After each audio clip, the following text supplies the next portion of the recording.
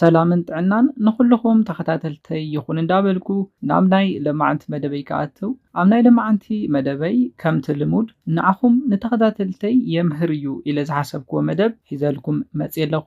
ናይ ለማዓንቲ መደበይ ዘልዕሎ ኣብ ሂወትኩም ከይሞከርኩም ክትሓልፍዎም ዘይብልኩም ዋላ እኳ ኣብ ዝተፈላለዩ ግዜታት ብዝተፈላለየ መንገዲ ፆታዊ ርክብ ዋላ እንተፈፀምኩም እዘን ቀፂለ ዝሕብረልኩም ናይ ፆታዊ ርክብ ናይ ፖዚሽን ዓይነታት እንተዘይተጠቂምኩም ፆታዊ ርክብ ኣይፈፀምኩምን ተባሂሉ ክንገረሎም ዝኽእሉ ናይ ፖዚሽን ዓይነታት እዮም። ንደቂ ኣንስትዮን ንደቂ ተባዕትዮን ብማዕረ ዕግበት ክህቡ ዝኽእሉ ብሉፃት ናይ ፖዚሽን ዓይነታት እየ ሒዘልኩም መፅእ ዘለኹ። እስካብ ናይ መደበይ ፍፃመ ሓቢርኩም ንፅንሑ።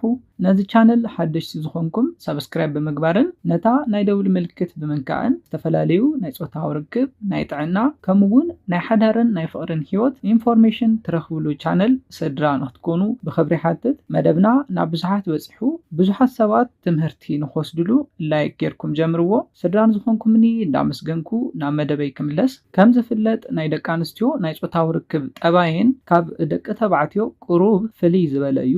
ኣብ እዋን ፆታዊ ርክብ መትለኹም ናብ ብልዕተን ስለ ዝኣተወን ስለ ዝወፀን ጥራሕ ከምኡውን ግጅፍ ዝበለ መትሎ ስለ ዘለኩም ጥራሕ ንደቂ ኣንስትዮ ተዕግቡ ዝመስለኩም ደቂ ተባዕትዮ ኣለኹም። ኮይኑ ግና ሓደ ሓደ ፖዚሽናት ተጠቂምኩም ናይ ደቂ ኣንስትዮ ዕግበት ብቐሊሉ ክነቅልጥፎ ንኽእል ኢና። ካብዚ ብተወሳኺ ሓደ ሓደ ሰባት ናይ ፆታዊ ርክብ ናይ ፖዚሽን ዓይነታት ከም ነውሪ ዝሪኡን ንምሙካር እውን ምንም ዓይነት ድሌት ዘይብሎም ብጣዕሚ ብዙሓት ሰባት ኣለዉ እዮም።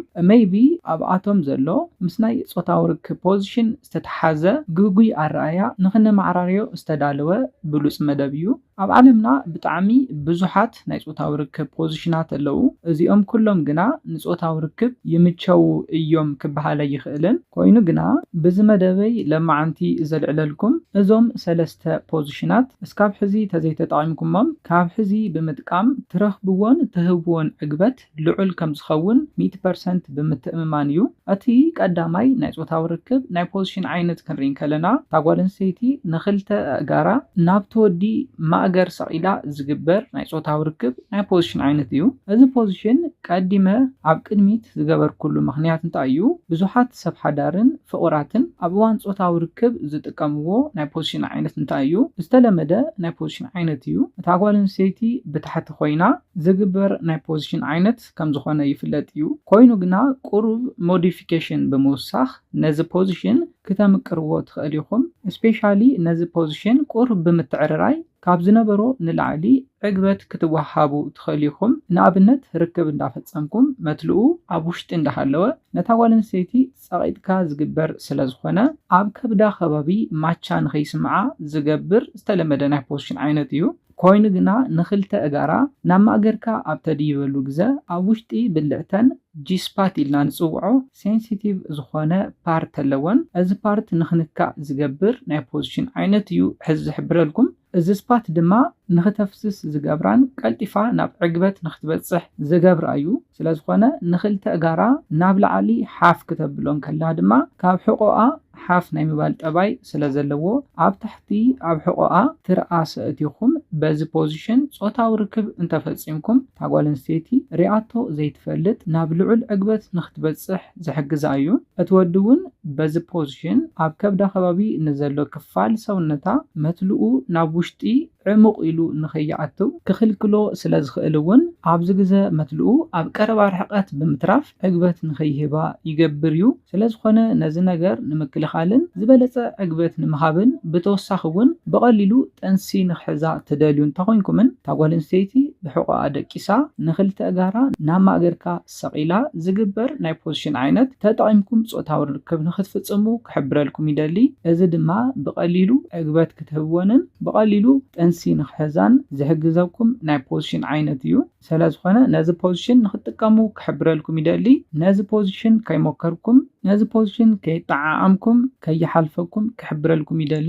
ኣብ መበል ካልኣይ ንሪኦ ናይ ፖዚሽን ዓይነት ድማ ኣብዝሓ ደቂ ተባዕትዮ ኣብ ሂወቶም ከምክርዎ ዝደልይዎ ኮይኑ ግና ኣብዝሓ ደቂ ተባዕትዮ ዘይረኽብዎ ናይ ፖዚሽን ዓይነት እዩ። እዚ ድማ እታ ጓል ኣንስተይቲ ብከብዳ ደቂሳ ኣብ ትሕቲ ከብዳ ትርኣስ ገይራ ንእጋራ ቁሩብ ክፍት ኣቢላ ብድሕሪኣ ኮይንካ መትሎኻ ናብ ብልዕታ እቲኻ ዝግበር ናይ ፖዚሽን ዓይነት እዩ። በዚ ፖዚሽን ደቂ ኣንስትዮ እውን ብጣዕሚ ተጠቀምቲ እየን። ምክንያቱ እንታይ እዩ? ቀዳማይ መትልኡ ዕሙቕ ኢሉ ኣብ ዝኣተወሉ ግዜ ካብ ከብደን ልዕል ኢለን ተወሳኺ ዕግበት ክረኽባ ይኽእላ እየን። መትለኹም ናብ ናይ ሕምብርተን ዳይሬክሽን ስለዝኾነ ዝሓልፍ ብቐጥታ ናብቲ ቅድም ኢለ ዝሓበርኩልኩም ክፋል ብልዕተን ጂስፓት ንብሎ ማለት እዩ ብቐሊሉ መትለኹም ስለ ዝረኽቦ ነታ ጓል ኣንስተይቲ ብቐሊሉ ንኽትዕግባ ዝሕግዘካ እዩ። ካብዚ ብተወሳኺ ድማ ጉንብስ ኢላ ፆታዊ ርክብ ምፍፃም ዝኣብያ ጓል ኣንስተይቲ እንተኮይና ወይ ከዓ ኣብ ብርካ ከባቢ ኣብ ሕቖኣ ከባቢ ሕማም ዝስምዓ እንተኮይና ብከብዳ ብምድቃስ ትርኣስ ኣብ ከብዳ ብምግባር ፆታዊ ርክብ እንተፈፂማ ብዘይ ምንም ሕማም ዕጋባይ ዝኾነ ናይ ፆታዊ ርክብ ንኽትፍፅሙ ዝሕግዛ እዩ። ስለዝኾነ እዘን ፖዚሽናት ቀደም ኢለ ከም ዝሓበርኩልኩም ብፍፁም ከይሞከርኩም ክትሓልፉ የብልኩምን። ሓደ ሰባት ፆታዊ ርክብ ከስተማቕሩ እንዳደለዩ ይጠቕመኩም እዩ ተባሂሉ ዝተዳለወ ናይ ፆታዊ ርክብ ናይ ፖዚሽን ዓይነት ንምምካር ትፈርሑ ኢኹም። ሓደሓዲኦም ድማ ናይ ፆታዊ ርክብ ናይ ፖዚሽን ዓይነት ክበሃል እንከሎ ዝተሓላለኸ ነገር መሲሉ ዝስምዖም ሰባት ኣለዉ። ስለዝኾነ እዘን ክልተ ፖዚሽናት ተጠቒምኩም ዕግበት ንኽትረኽቡ ክሕብረልኩም ይደሊ። ኣብ መበል ሳልሳይ ንሪኦ ድማ ንደቂ ተባዕትዮ ብጣዕሚ ልዑል ዕግበት ዝህቦም እዩ። እቲ ወዲ ኣብ ሶፋ ዝርግሕ ኢሉ ኮፍ ብምባል እታ ጓል ኣንስተይቲ ኣብ ልዕሊኡ ኮፍ ኢላ ንእጋራ ኣብቲ ሶፋ ገይራ ብክልተ እዳዋ ንድሕሪት ኣብ ብርኩ ተጎዝጉዛ ተፈፅምዎ ናይ ፆታዊ ርክብ ናይ ፖዚሽን ዓይነት እዩ። ነዚ ፖዚሽን ደቂ ተባዕትዮ ዝፈትውሉ ምክንያት እንታይ እዩ? ናጥዋትክን ንብልዕትክን ዝተፈላለዩ ክፋላት ሰውነትክን እንዳረኣዩ ፆታዊ ርክብ ንምፍፃም ስለ ዝሕግዞም እዩ። ከምኡ እውን በፃብዕቶም ንክሊቶሪ ክፋል ብልዕትክን እንዳሓሳሰዩ ተወሳኺ ዕግበት ክረኽቡን ክህቡን ስለ ዝሕግዞም እዩ። ካብዚ ብተወሳኺ እውን እታ ጓል ኣንስተይቲ ምንም ዓይነት ሎድ ከይተሸከመት ዝግበር ስለዝኾነ ብቐሊሉ ንናይ መትለኹም ምንቅስቃስ ጥራሕ ብምስትውዓል ዕግበት ይረኽባ እየን። ክንጠቕልሎም ከለና እዘን ናይ ፆታዊ ርክብ ናይ ፖዚሽን ዓይነታት ብቐሊሉ ኣብ ገዛኹም ምስ በዓልቲ ቤትኩም ወይ ከዓ ምስ ኣፍቃሪትኩም ብምምካር ቅድሚ ሕዚ ሪኢኹሞን ረኺብኩሞን ከምኡ እውን ሂብኩሞ ዘይትፈልጡ ዕግበት ንኽትረኽቡን ዕጋባይ ናይ ፆታዊ ርክብ ፃንሒት ንኽትሕልፉ ዝሕግዙኹም እዮም። ሜይቢ ዝተፈላለዩ ናይ ፆታዊ ርክብ ናይ ፖዚሽን ዓይነታት ምሙካር ትፈርሑ ሰብ ሓዳር ክትህልው ትኽእሉ ኢኹም። ኮይኑ ግና ዕጋባይ ናይ ፆታዊ ርክብ ክትፍፅሙ ስለ ዘለኩምን ዕጋባይ ናይ ፆታዊ ርክብ ምፍፃምኩም ድማ ኣብ ናይ ሓዳርን ናይ ፆታዊ ርክብ ሂወትኩምን ኢምፓክት ከም ዘለዎ ብምፍላጥ ክትጥቀምዎ ኣለኩም። ቀስ እንዳበልኩም ንበዓልቲ ቤትኩም ነዘን ፖዚሽናት ክተልምዶ ኣለኩም። እዞም ናይ ፖዚሽን ዓይነታት ኣብ ሓዳርኩምን ኣብ ጥዕናኹምን ዘምፅዎ ምንም ዓይነት ፀገም ከምዘየለ ብምፍላጥ ንኽትምክርዎ ክትሰግኡ የብልኩምን። ነዚ ኢለ ናይ ሎማዓንቲ መደበይ ክዛዝም ካብ ናይ ሎማዓንቲ መደበይ ዝኾነ ሓድሽ ነገር ከም ዝሓስኩም ተስፋ ይገብር። ነዚ ቻነል ሓደሽቲ ዝኾንኩም ሰብስክራይብ ብምግባርን ነታ ናይ ደውል ምልክት ብምንካኣን ክትተባብዑናን ስድራ ክትኮኑናን ብክብሪ ሓትት። መደብና ናብ ብዙሓት በፂሑ ትምህርቲ ንኽወስድሉ ላይክ ሼር ምግባርኩም ኣይትረስዑ። ሓሳብ ርእይቶኹም ብኮሜንት ኣብፅሑና። ብኻሊእ መደብ ብኻሊእ ሓሳብ እስካብ ንራኸብ ሰላምን ጥዕናን ንኹላትና። ይኣነየለይ።